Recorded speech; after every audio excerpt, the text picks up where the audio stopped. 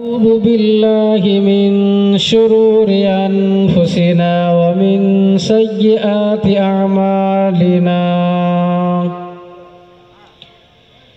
من يهده الله فلا مضل له ومن يضلله فلا هادي له ونشهد أن لا إله إلا الله وحده لا شريك له ونشهد أن سيدنا ونبينا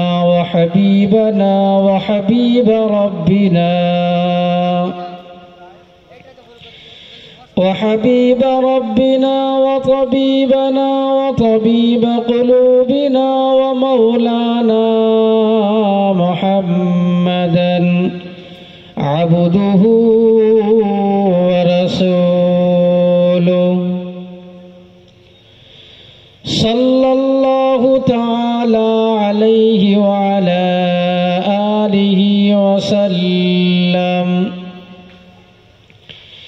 الذي أرسله الله تعالى بالحق بشيرا ونذيرا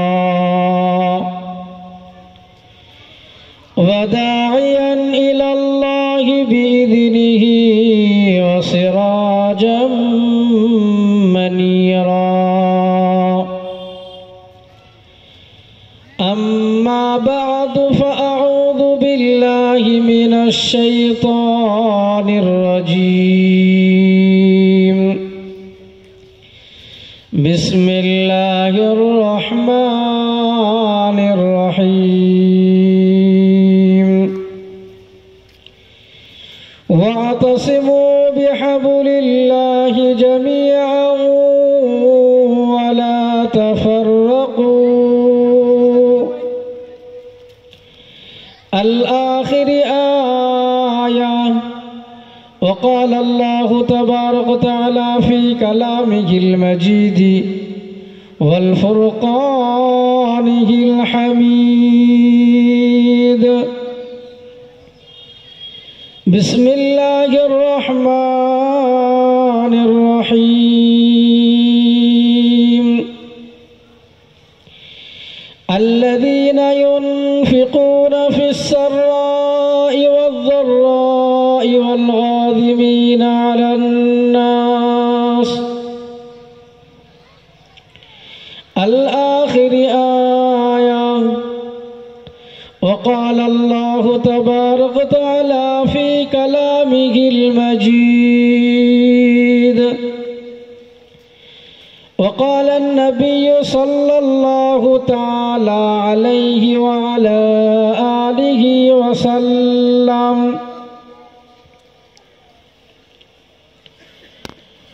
وقال النبي صلى الله تعالى عليه وسلم يقرأ القرآن فإنه شافع يوم القيامة. وقال عليه الصلاة والسلام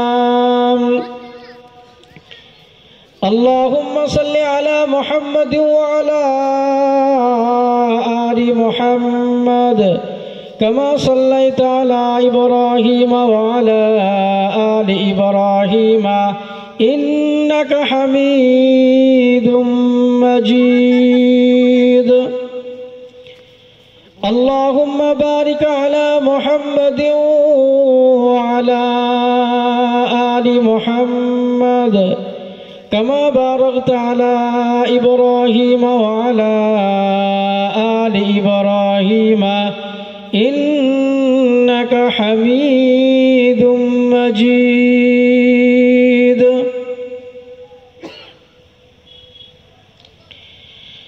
আজকের এই সভার সম্মানিত ও নির্বাচিত সভাপতি সাহেব ও দূর দূরান্ত থেকে আমন্ত্রিত উলামায়ে কেরাম, আমার সামনে বসে থাকা দিন দরদি, ইসলাম দরদি, ইমানদার বাপজিরা, ভাইয়েরা, পর্দা নশিনা ইমানদার মা ও বোনেরা,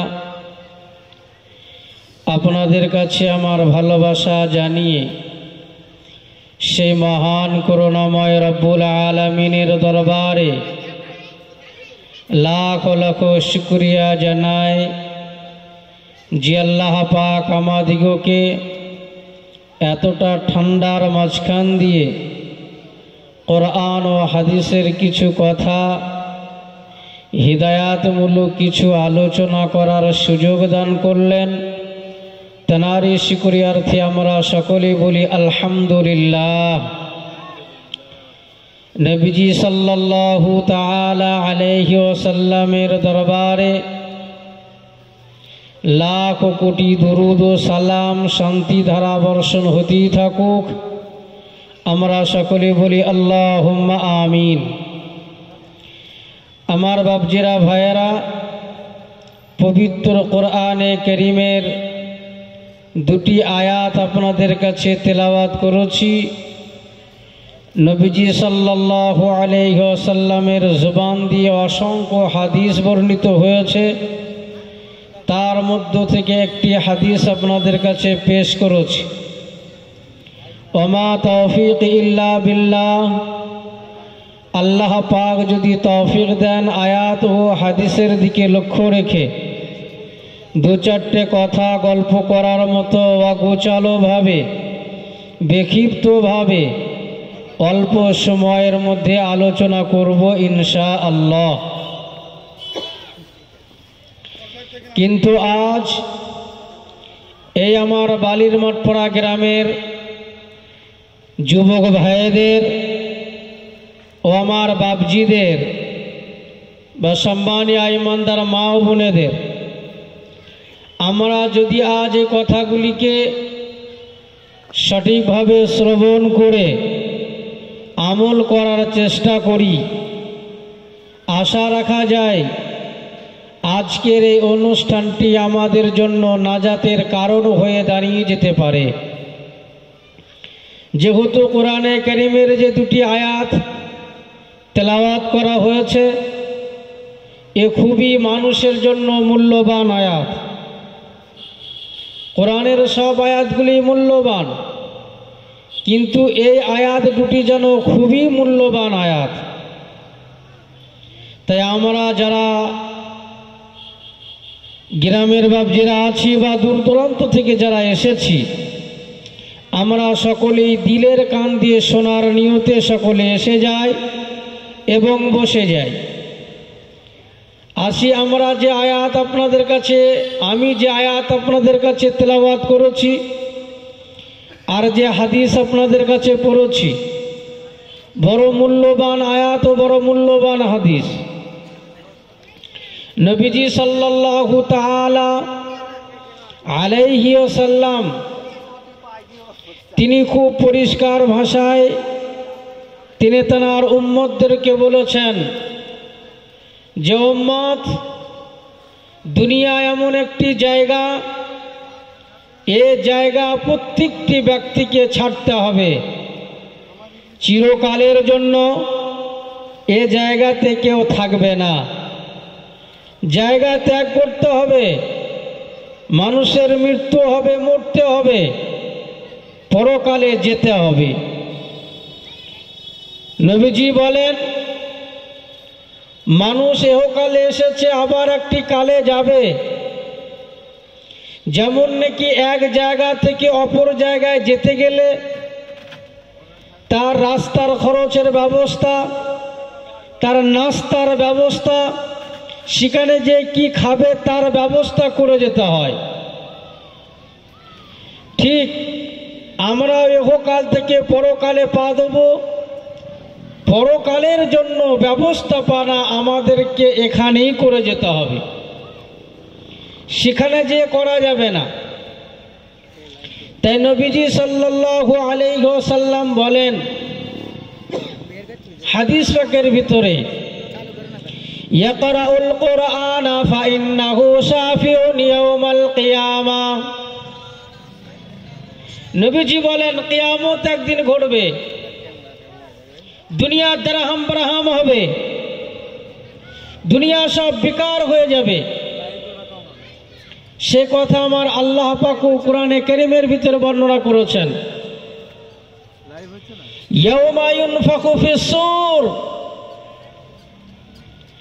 আমার আল্লাহ পাক সাফ জানিয়েছেন ইয়াউমা ইউনফাখু ফিস-সূর, যেদিন হযরত ইসরাফিল আলাইহিস সালাতু ওয়াস সালাম যেদিন বাঁশি বাজিয়ে দেবেন, বাঁশি বাজিয়ে দেবেন, আল্লাহ পাকের হুকুমে যেদিন বাঁশি বাজাবেন, সেদিন আকাশের সূর্য ভেঙে মাটিতে পড়বে, চন্দ্র ভেঙে মাটিতে পড়বে, আকাশ ভেঙে জমিনে পড়বে, পাহাড়গুলি তুলোর মতো উড়তে থাকবে, এই জমিনটা তারাহাম বারাহাম হয়ে যাবে, এর কোনো রকমের কিছু অস্তিত্ব থাকবে না। হ্যাঁ, জি জি জি, সরিয়ে দাও, আস্তে আস্তে সরিয়ে দাও, টেবিল সরিয়ে দাও। হ্যাঁ জি। তো নবীজি বলেন যেদিন দুনিয়া দারহাম বারহাম হয়ে যাবে, কিচ্ছু থাকবে না, আমার উম্মত শুনে রেখে দাও, সেদিন কিন্তু দুনিয়ার কোনো মানুষ কেউ কাউরের কাজে আসবে না, কেউ কাউরের কাজে আসবে না। নবীজি সাফ জানিয়েছেন সে রোজে জাজার দিন, যেদিন ইসরাফিল বাঁশি বাজিয়ে দিয়েছেন, আকাশ ভেঙে জমিনে পড়েছে, পাহাড়গুলি তুলোর মতো উঠতে রয়েছে, জমিন দারহাম বারহাম হয়ে গেছে, সেদিন কিন্তু কেউ কাউরের জন্য হবে না। নবীজি বলেন কাছে থাকা বিবি সেদিনও তোমার হবে না। সাফ বয়ান করেছেন যেদিন রোজে জাজার দিন হবে, বিবি স্বামীর পরিচয় দেবে না, স্বামী বিবির পরিচয় দেবে না, বাবা সন্তানের পরিচয় দেবে না, সন্তান বাবার পরিচয় দেবে না, সেদিন কিন্তু কেউ কাউরের হবে না।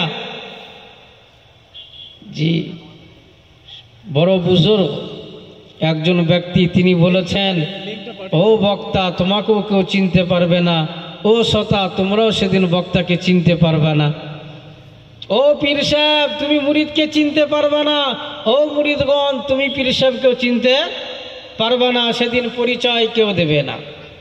নবীজি সব বয়ান করেছেন যেদিন কিয়ামত ঘটে যাবে, সেদিন বিবি স্বামীকে চিনতে পারবে না, স্বামী বিবিকে চিনতে পারবে না, পিতা মাতা সন্তানকে চিনতে পারবে না, সন্তান পিতা মাতার পরিচয় দেবে না, বক্তা শ্রোতার পরিচয় দেবে না, শ্রোতা বক্তার পরিচয় দিতে পারবে না, পীর মুরিদের পরিচয় দিতে পারবে না, মুরিদ পীরের পরিচয় দিতে পারবে না।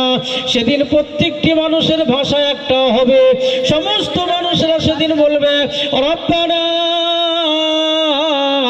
আমি আমারটাই ভাবি, আর কাউরের জন্য ভাবার সময় নাই।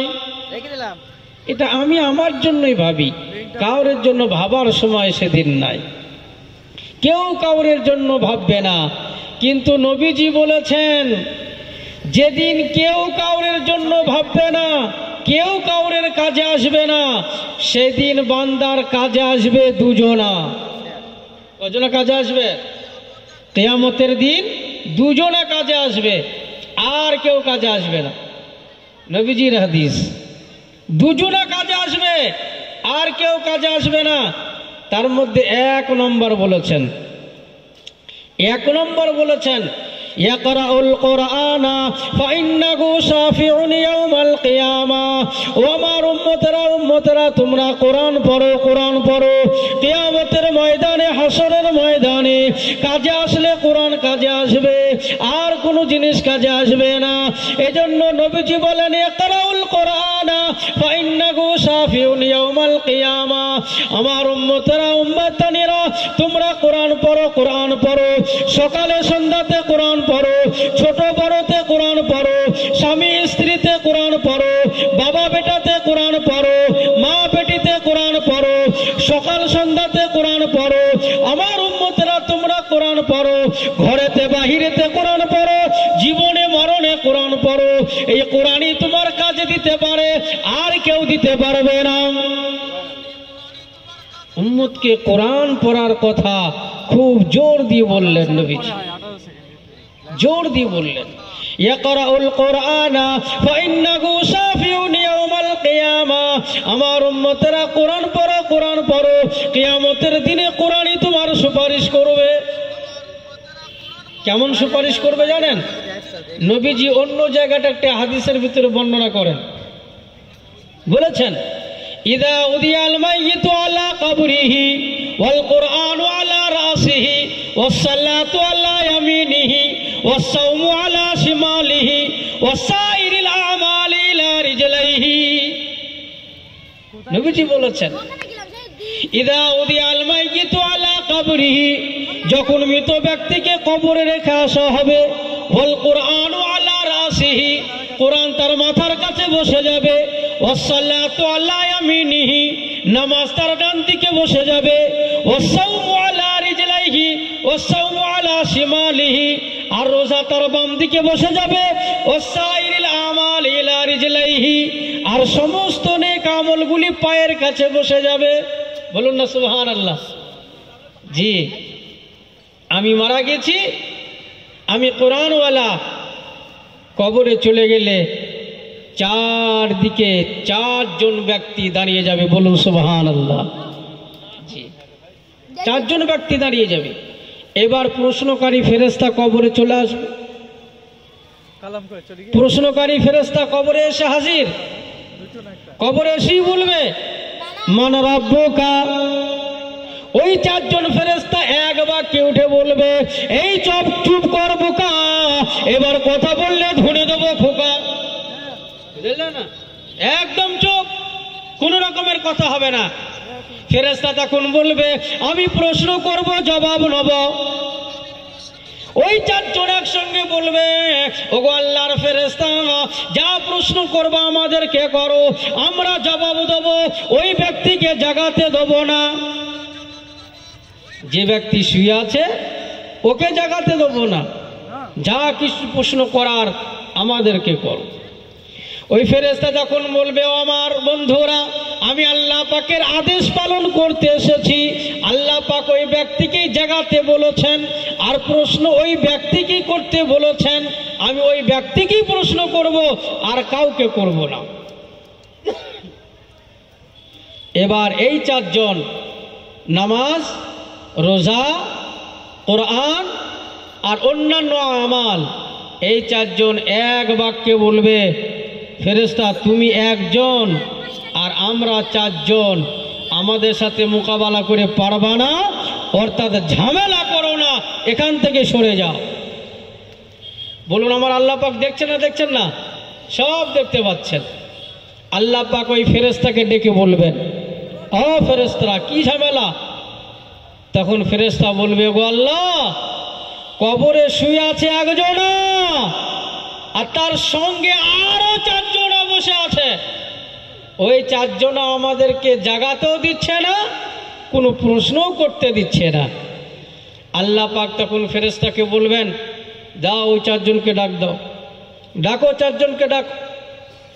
ওই চারজন তখন আল্লাহর আরশের কাছে চলে যাবে, আল্লাহর আরশের কাছে চলে যাবে।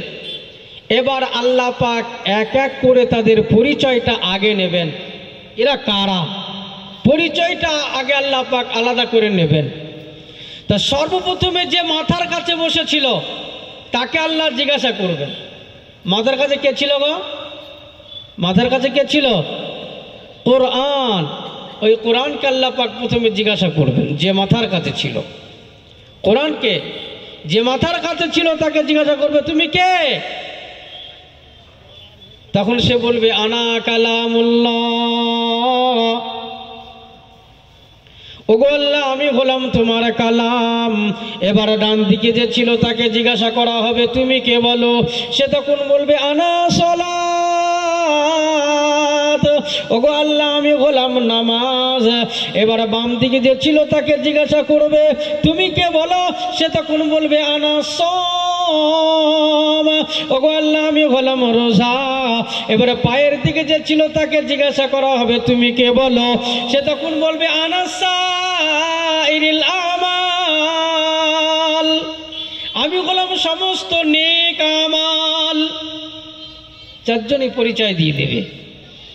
এবার আল্লাহ পাক তাদের কারণ জিজ্ঞাসা করবেন যে তোমরা কিসের জন্য ওই ব্যক্তিকে জাগাতে দিচ্ছ না, তোমরা কিসের জন্য ওই ব্যক্তিকে প্রশ্ন করতে দিচ্ছ না, জিজ্ঞাসা করা হবে। তা আল্লাহ পাক সর্বপ্রথমে ডান দিকে যে আছে নামাজ, ওই নামাজকে আগে জিজ্ঞাসা করবেন, বলে বলো তুমি কিসের জন্য কে জাগাতে দেবে না, কেন তোমাকে প্রশ্ন করতে দিচ্ছ না, কারণটা কি বলো, কারণটা কি বলো। সে তখন বলবে ইয়া রাব্বাল আলামিন আল্লাহ, ওই যে ব্যক্তিটা কবরে শুয়ে আছে ও আমার এমন একটি বন্ধু, আমার এমন একটি দোস্ত। ইয়া রাব্বাল আলামিন আল্লাহ, সুবহে সাদিকের সময় মুয়াজ্জিন আপনাকে ডাক দিয়েছে, আপনার আদেশে মুয়াজ্জিন ডাক দিয়েছে। আমার ওই বন্ধুটা ঘুমকে হারাম করে দিয়ে আপনার ডাকে সাড়া দিয়ে ফজরের নামাজ আদায় করেছে। আবার মুয়াজ্জিন যোহরে ডাক দিয়েছে, যোহরের নামাজ আদায় করেছে। আবার আসরে ডাক দিয়েছে, আসরের নামাজ আদায় করেছে। আবার মাগরিবে ডাক দিয়েছে, মাগরিবে নামাজ আদায় করেছে। এশার সময় ডাক দিয়েছে, এশার নামাজ আদায় করেছে। ইয়া রাব্বাল আলামিন আল্লাহ, আপনার হুকুম পালন করার জন্য আর সে ঘুমকে হারাম করে দিয়েছে। আর এখন ওই ব্যক্তিটা ঘুম পাচ্ছে আর এই ফেরেশতা যে জাগাচ্ছে, আয় আল্লাহ যদি অনুমতি হয় আমি ওই ফেরেশতাকে ধুনে দেবো। অনুমতি হবে? হ্যাঁ, আমার বন্ধুকে সে ঘুমিয়ে আছে তাকে জাগাবে? ফেরেশতা তখন বলবে ইয়া আল্লাহ, এই কি বিপদে পড়লাম, ওর কাছে যেও তো বিপদ হয়ে গেল।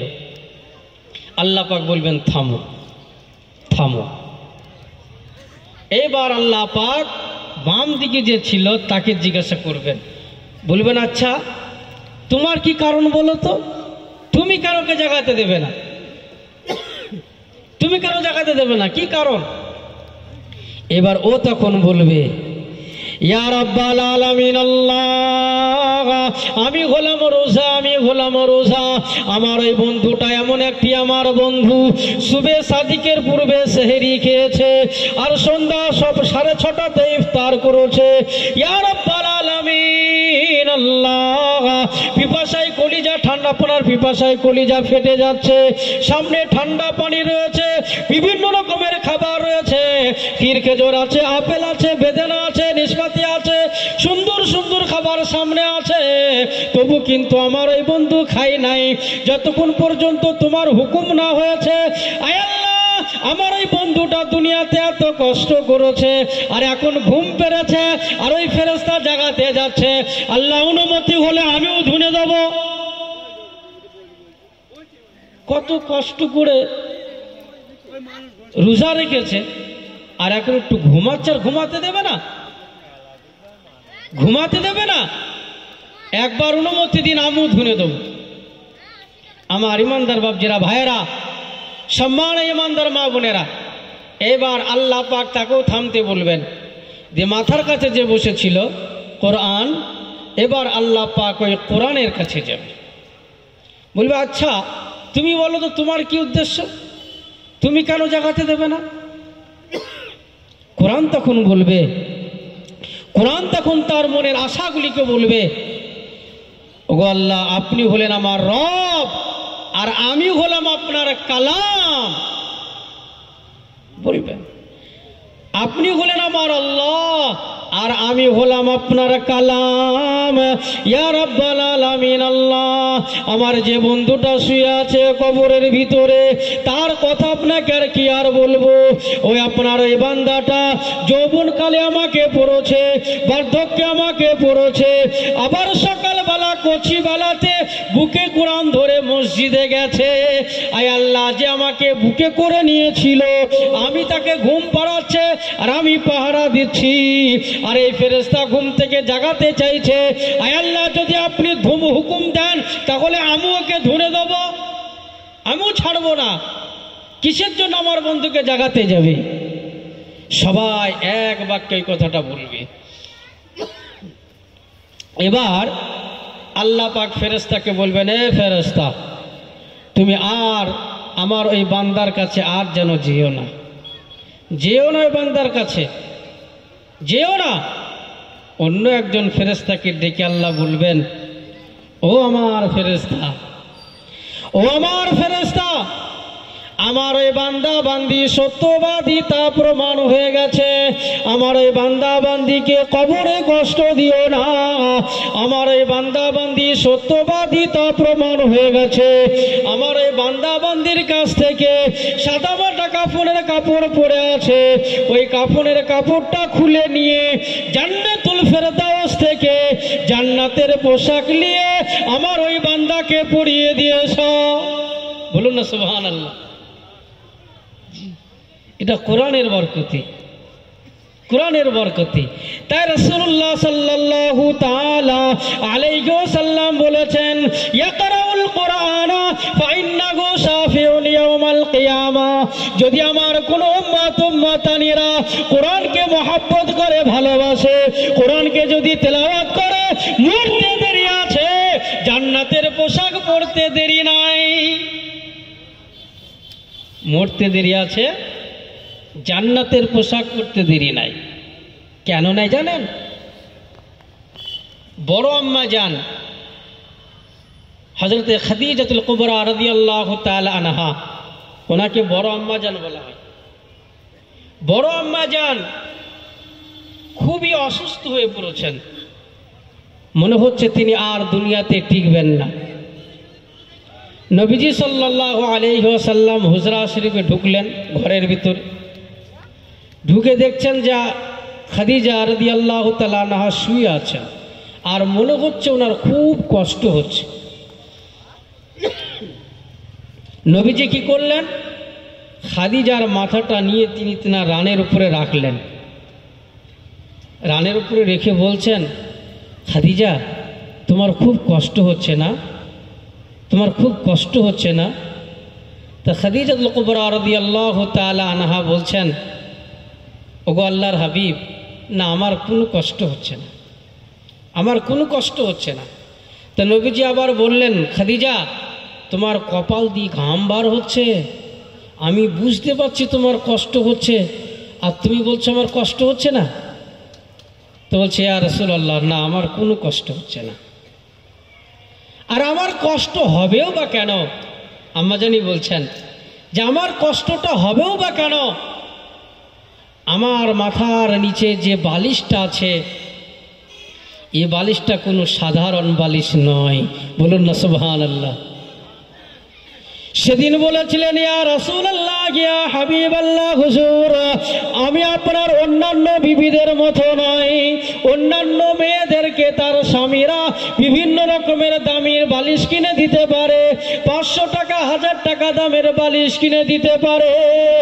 ইয়া রাসূলুল্লাহ, ইয়া হাবিবাল্লাহ, হুজুর, কিন্তু আমি যে বালিশটি মাথায় দিয়ে শুয়ে আছি, এটা কোনো সাধারণ বালিশ নয়, এটা হলো রাহমাতাল লিল আলামিনের বালিশ, এটা হলো আরশের মেহমানের বালিশ। ইয়া রাসূলুল্লাহ, ইয়া হাবিবাল্লাহ, হুজুর, এত দামি বালিশের উপরে আমি শুয়ে থাকবো, আর আমার খাদিজা, আমার কষ্ট হবে, এটা আমি কোনোদিনই মেনে নিতে পারি না। একটু সুবহানাল্লাহ বলবেন না? তা আপনার রানে আমার মাথা আর আমার কষ্ট হবে? তো এই কথাটা শোনার পরে নবীজি খুব খুশি হলেন। কেন? কেন স্বামীর বিশাল দাম দিলেন, প্রশংসা করলেন। তাই নবীজি খুব খুশি হয়ে আম্মাজানকে বলছেন, খাদিজা, তোমার কি কিছু চাওয়ার পাওয়ার আছে? তুমি কি কিছু চাও? তখন আম্মাজান বলছেন, ওগো আল্লাহর হাবিব, আমার দুটো জিনিস চাওয়ার আছে, তা আপনি কি দেবেন? দুটো জিনিস চাওয়ার আছে, তা আপনি কি আমাকে দেবেন? সেদিন নবীজি বলেছিলেন, খাদিজা, জীবনে তুমি আমার সঙ্গে কিছুই চাইলে না, আর শেষ মুহূর্তে তুমি চাইবে আর আমি রাসূলুল্লাহ তোমাকে দেব না, এটা হতে পারে না। তুমি চাও, আমি সাধ্যমতো চেষ্টা করব তোমাকে দেওয়ার। চেষ্টা করব। সেদিন আম্মা জান বলেছিলেন, ইয়া রাসূলুল্লাহ, আমার 1 নম্বর চাওয়া হলো আমি যখন মারা যাব তখন আমার এই কাপড়ের কাপড়টা একটু দামি দেবেন। জীবনে কোনোদিন দামি কাপড় পরতে পারিনি, তা শেষ জীবনের মতো যখন চলে যাব তখন আমার এই কাপড়ের কাপড়টা একটু দামি দেবেন। নবীজি সেদিন বলেছিলেন, খাদিজা, আজ আমি বিশ্ব নবী তোমাকে কথা দিয়ে যাচ্ছি, এই মক্কা এবং মদিনার মধ্যে সব থেকে যেটা দামি কাপড় সেইটাই আমি তোমাকে কাফনের কাপড় বানিয়ে দেব। আম্মা জান সেদিন কেঁদে উঠে বলেছিলেন, ইয়া রাসূলুল্লাহ, আমার অত দামি কাপড় লাগবে না। ইয়া রাসূলুল্লাহ, ইয়া হাবিবাল্লাহ, হুজুর, আমাকে অত দামি কাপড় দেওয়া লাগবে না, কারণ আমি যখন মারা যাব, আমাকে যখন কবরে রেখে আসা হবে, মাটিতে কাপড়টাকে নষ্ট করে দেবে। ইয়া রাসূলুল্লাহ, ইয়া হাবিবাল্লাহ, হুজুর, আমি অত দামি কাপড় চাই না। ইয়া রাসূলুল্লাহ, ইয়া হাবিবাল্লাহ, হুজুর, আমি শুধুমাত্র আপনার একটি জামা চাই। আপনার জামা, আপনার এই জুব্বা, এই জামার মধ্যে আমাকে একটি জামা দেবেন, সেটাই আমার কাপড় বানিয়ে দেবেন। নবীজি সেদিন বলেছিলেন, খাদিজা, আমার জামার মধ্যে তোমার সব থেকে যেটা পছন্দ সেটা তুমি বলো, সেইটাই তোমার কাফনের কাপড় বানিয়ে দেবো, সেটাই কাফনের কাপড় বানিয়ে দেবো। সেদিন খাদিজা ওই শুয়ে শুয়ে আবার বলেছিলেন, ইয়া রাসূলুল্লাহ, ইয়া হাবিবাল্লাহ, হুজুর, আপনি যে জামাগুলি ব্যবহার করছেন ওই জামাগুলি আমার দেওয়া লাগবে না, আপনার যেটা সব থেকে ভালো জামা সেটাও দেওয়া লাগবে না। ইয়া রাসূলুল্লাহ, ইয়া হাবিবাল্লাহ, হুজুর, আমি একটি জামা আপনার কাছ থেকে চাই। নবীজি বললেন, খাদিজা, কোন জামাটা চাও? বলেন, ইয়া রাসূলুল্লাহ, ইয়া হাবিবাল্লাহ, হুজুর, আপনার একটা জামা আছে, যে জামাটা গায়ে দিয়ে মানুষের দ্বারে দ্বারে কালমার দাওয়াত দিয়েছিলেন, আর যে জামাটা গায়ে পরিধান করেছিলেন, হীরার গুহাতে বসেছিলেন, আর জিবরাইল এসে আপনাকে কোরআন নাযিল করেছিল। ইয়া রাসূলুল্লাহ, ইয়া হাবিবাল্লাহ, হুজুর, ওই জামাটা যখন মানুষের দ্বারা দ্বারা কালমার দাওয়াত দিতে গেছেন আর ময়লা করে যখন বাড়িতে ফিরে নিয়ে এসেছেন, ইয়া রাসূলুল্লাহ, আমি খাদিজা ওই জামাটাকে কেচে দিয়েছি, আবার আপনি গায়ে দিয়ে চলে গেছেন, আবার যখন ময়লা করে ফিরে নিয়ে এসেছেন, আমি খাদিজা আবার সাফ করে দিয়েছি, আবার আপনি গায়ে দিয়ে গেছেন। ইয়া রাসূলুল্লাহ, ইয়া হাবিবাল্লাহ, হুজুর, যখন ওই জামাটা ছিঁড়ে গেছে, আমি খাদিজা খেজুরের পাতা দিয়ে জামাটা সেলাই করেছিলাম। ইয়া রাসূলুল্লাহ, ইয়া হাবিবাল্লাহ, খেজুরের পাতা দিয়ে সেলাই করা জামা কাস্তে দিয়ে আবার ছিঁড়ে গেছে, আমি খাদিজা ওই জামাটা চট দিয়ে তালি দিয়ে দিয়েছিলাম। ইয়া রাসূলুল্লাহ, ইয়া হাবিবাল্লাহ, হুজুর, তালি দিতে দিতে দিতে দিতে দিতে দিতে জামাটা যখন ভরপুর হয়ে গেল, আর কোনো জায়গাতে বাদ নাই, আপনি তখন গায়ে দিতে পারছিলেন না, আপনি আমাকে বলেছিলেন, খাদিজা, এই জামাটাকে বাতিল করে দিলাম, এই জামাটাকে বাতিল করে দিলাম, এই জামাটাকে ফেলে দেবে, এই জামাটার গায়ে দেওয়া যাবে না।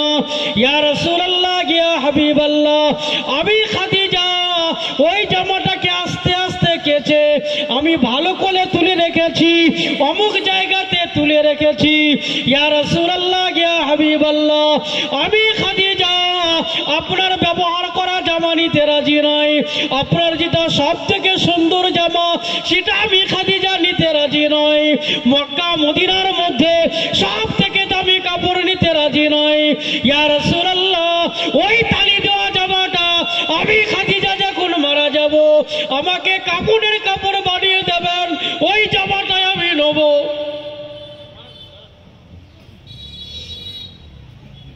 নবীজি বলেছিলেন, খাদিজা তুমি যদি ওটা পছন্দ করো তোমাকে তাই দেওয়া হবে, তোমাকে তাই দেওয়া হবে। খাদিজা আর একটা বললে সেটা কি বলো? তখন বললেন, হুজুর আর আমার দ্বিতীয় নম্বর চাওয়া পাওয়ার যেটা, সেটা হলো এই, দুনিয়ার মানুষ জানুক আর না জানুক, আপনি জানেন আমি আপনাকে কত ভালোবাসি, আর আমিও খাদিজা জানি আপনি আমাকে কত ভালোবাসেন। ইয়া রাসূলুল্লাহ, আপনি মানুষের দ্বারে কালেমা দাওয়াত দিতে গেছেন, গভীর রাতে ঘুরে এসেছেন, আপনি আমাকে সালাম দিয়েছেন, এক ডাকে সাড়া দিয়েছি, দরওয়াজা খুলে দিয়েছি। আপনি আমাকে জিজ্ঞাসা করেছেন, খাদিজা তোমার কি ঘুম লাগে না? তোমার কি ঘুমানোর প্রয়োজন পড়ে না? তোমার কি শোয়ার প্রয়োজন পড়ে না? আপনি আমাকে বলেছেন। হুজুর কোনোদিন জবাব দিইনি, আজকে আপনাকে বলছি আমি কেন ঘুমাতাম না। ইয়া রাসূলুল্লাহ, ইয়া হাবিবাল্লাহ, হুজুর যখন রাত হয়ে গেছে, এশার নামাজ পড়ে বিছানাটাকে পরিষ্কার করে আমি বিছানার দিকে লক্ষ্য করে বলেছি, এ বিছানা শুনে রেখে দে, এই বিছানার সম্রাট যতক্ষণ এসে তার পিঠ না রাখবে, আমি দাসী, আমি বাদী খাদিজা, আমি ততক্ষণ পর্যন্ত এই বিছানাতে পিঠ লাগাবো না। ইয়া রাসূলুল্লাহ, আমি এতটা ভালোবাসতাম, তাই আমি ওই বিছানায় শুতাম না যতক্ষণ আপনি বাড়িতে না আসতেন। হুজুর আমার যেটা চাওয়া, কবর আমার খুব ভয় লাগে, তা আমি যখন মারা যাব, কবরে যখন রেখে আসবেন, তখন তো আপনি আমার সঙ্গে যাবেন না, তা আপনি একটি কাজ করবেন, ওই কবরে হয় ফেরেশতাদের বলে আসতে হবে যে খাদিজাকে কিছু যেন বলো না, আর না হয় ফেরেশতা যা প্রশ্ন করবে সে প্রশ্নের জবাবটা দিয়ে আসতে হবে। হুজুর এটা করবেন? নবীজি বললেন, খাদিজা যাও, মেনে নিলাম, আমি ততক্ষণ পর্যন্ত তোমার কবর থেকে আসবো না যতক্ষণ ফেরেশতা না আসবে, তোমার প্রশ্নের জবাব যতক্ষণ না হবে ততক্ষণ আমি খাদিজা, আমি বিশ্বনবী তোমার কবর থেকে আসবো না। বলুন না সুবহানাল্লাহ। এইবার খাদিজা কেঁদে ফেললেন। নবীজি বলছেন, আচ্ছা তুমি যা চাইলে আমি তো তাই তোমাকে দিলাম, দেবো বললাম, দেবো বললাম, তা আবার তুমি কাঁদছো কেন? তুমি আবার কাঁদছো কেন?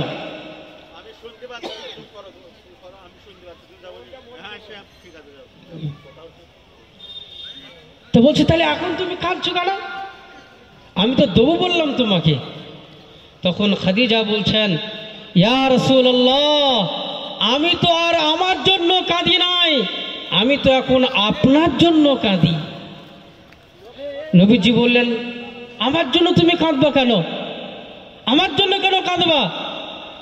তখন খাদিজা বলেছিলেন, ইয়া রাসূলুল্লাহ, ইয়া হাবিবাল্লাহ, হুজুর এই মক্কার বুকে যেদিন আপনার পাশে কেউ দাঁড়ানোর ছিল না, আমি খাদিজা আপনার পাশে দাঁড়িয়েছিলাম, কথা বলার লোক ছিল না, আমি খাদিজা কথা বলেছি, আপনার পাশে আমি ছিলাম।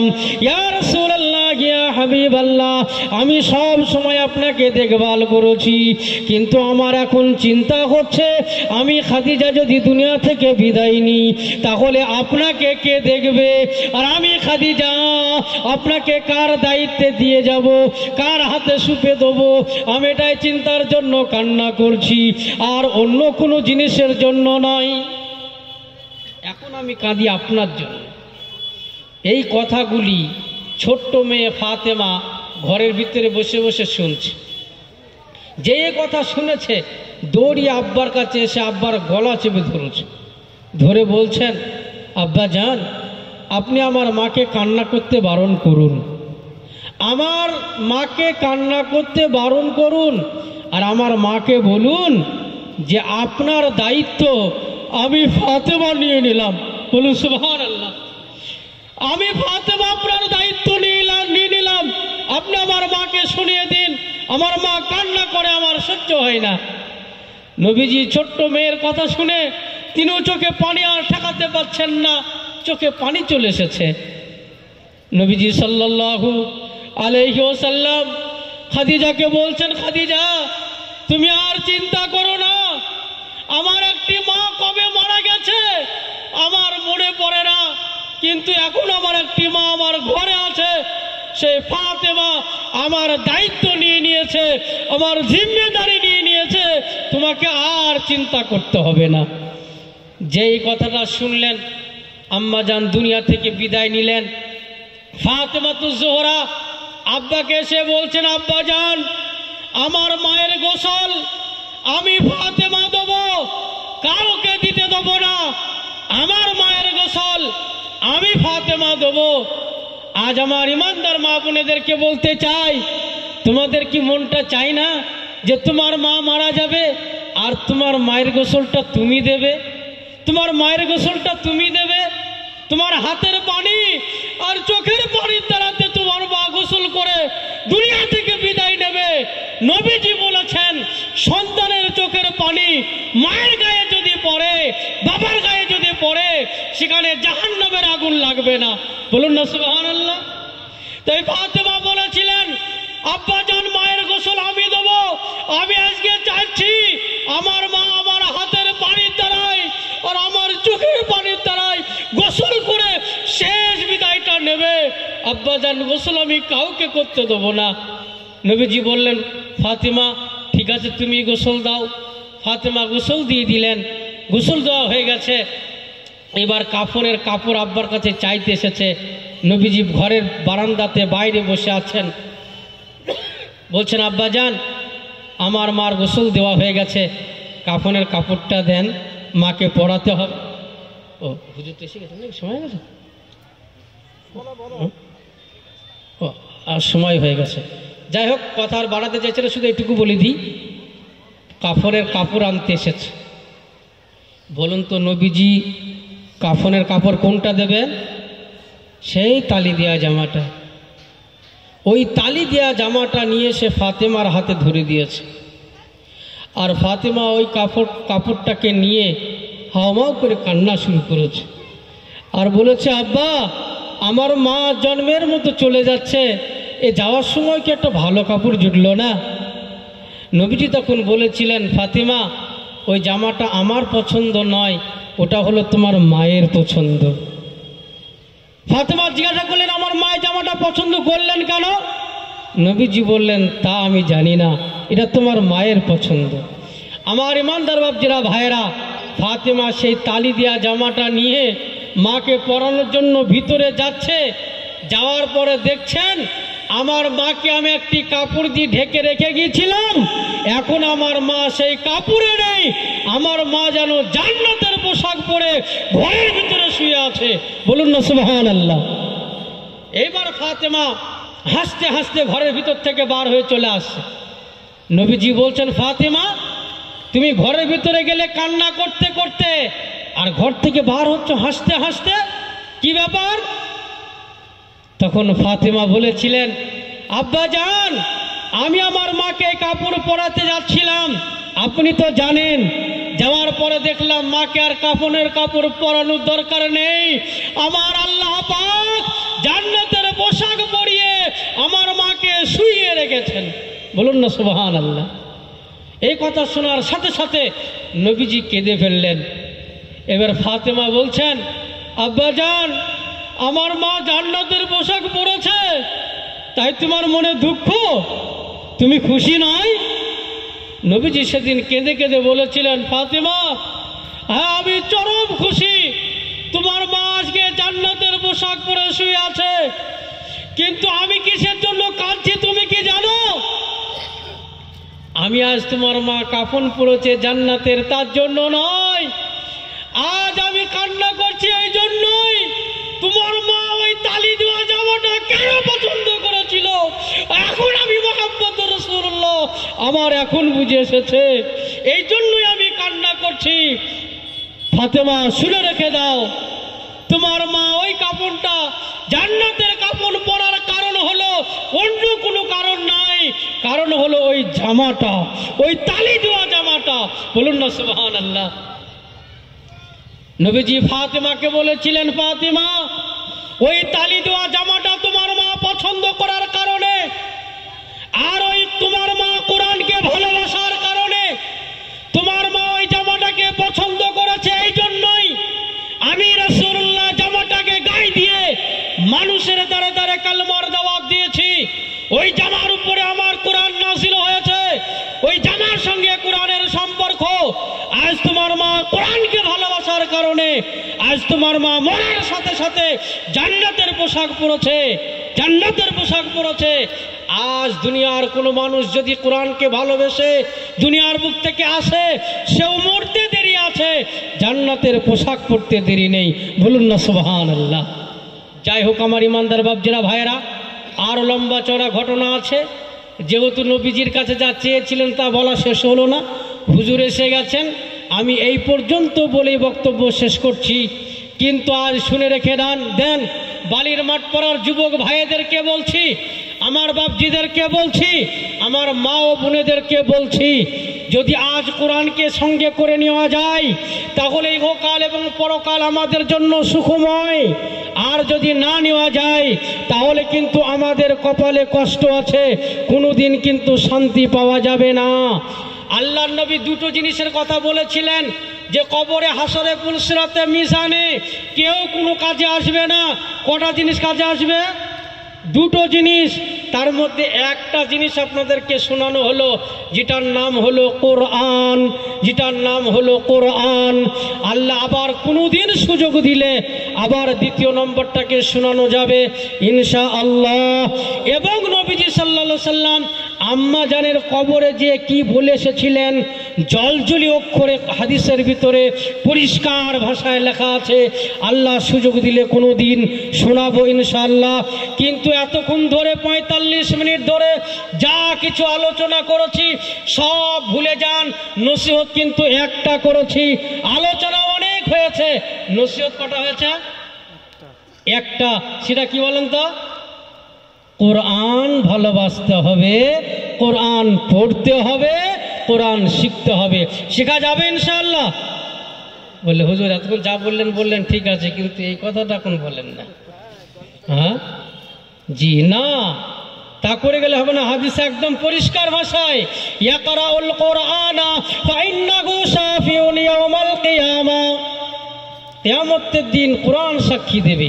অন্য জায়গাতে আল্লাহ রাসূল বললেন, ইদা উদিয়াল মাইয়িতু আলা কবরিহি, যখন মৃত ব্যক্তিকে কবরে রেখে আসা হবে, ওয়াল কোরআনু আলা রাসিহি, কোরআন মাথার কাছে দাঁড়িয়ে যাবে, ওয়াসসালাতু আলা ইয়ামিনিহি, নামাজ ডান দিকে দাঁড়িয়ে যাবে, ওয়াসসাওমু আলা রিজলাইহি ওয়াসসাওমু আলা শিমালিহি, আর রোজা বাম দিকে দাঁড়িয়ে যাবে, ওয়াসাইরিল আমালি ইলা রিজলাইহি, সমস্ত নেক আমলগুলি পায়ের কাছে দাঁড়িয়ে যাবে।